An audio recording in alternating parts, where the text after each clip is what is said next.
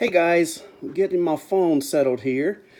I'm Mike with Echo Firearm Training. So we're going to do a little class time today on range time. So when you go shooting at the range, you're doing three different things. You're doing one of these three things.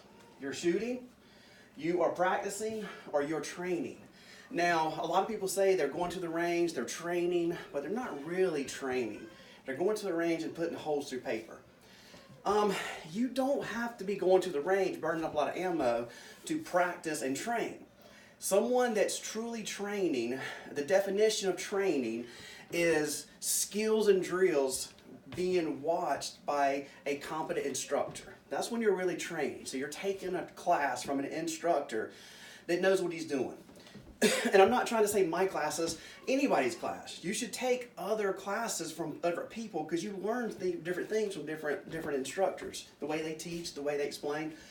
James Yeager is who I got this from, and I'm just maybe saying it or explaining it a little bit differently, but I can't take credit for this info. So when you take a class, you're training. When you are going to practice, classes or training classes are learning how to practice. And if you are truly practicing, the first thing you have to do is dry fire. Maybe not 30 seconds beforehand, but it could be a few days. But you should constantly be dry firing. Even for professional shooters, they dry fire 4 out of 5 days a week. They're not just burning up ammo all week long, and their ammo's free. You can learn how to do techniques and practice at home. There's a difference between gun handling and marksmanship. And gun handling is completely done without live fire, or it can be done without live fire. You can do it with dummy rounds or just dry fire. So if you're going to practice, the first thing you got to have done is dry fire.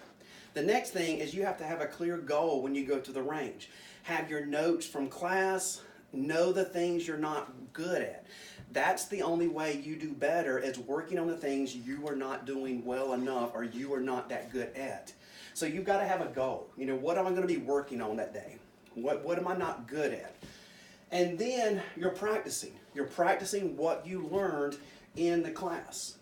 Now, if you are going to the range and saying you're practicing and you haven't been doing your dry firing, you haven't been doing or you don't have goals, you're just shooting, which is fine. There's nothing wrong with just going shooting. But you have to face it, you're not truly practicing what you've been trained and learned to do. So you need to know what you're doing when you're going to the range. There's a lot more to being prepared and being ready for a situation than just shooting holes in paper. And a lot of people don't understand how much they don't know. And that's why you need to take more classes than just a concealed carry. There's so much more to it than just having a gun on you and pulling it out and shooting it when you need to. Because most likely you're not going to know how to do it. You're not going to be able to do it fast enough. And you really don't know what you need to know until you take a class. And guys that have taken classes, you understand what I'm saying. If you've never taken a class, you don't understand because you don't know what you don't know, like I said. And this is a good, simple way to see how you should be training and what you should be looking at. But if this is all new, very first thing you need to do is take a class. And then you learn how to practice. If you're not doing that, you're just shooting. So this is Mike with Echo Firearm Training, and I'm telling you, it's your job to be prepared, always. Thank you, guys.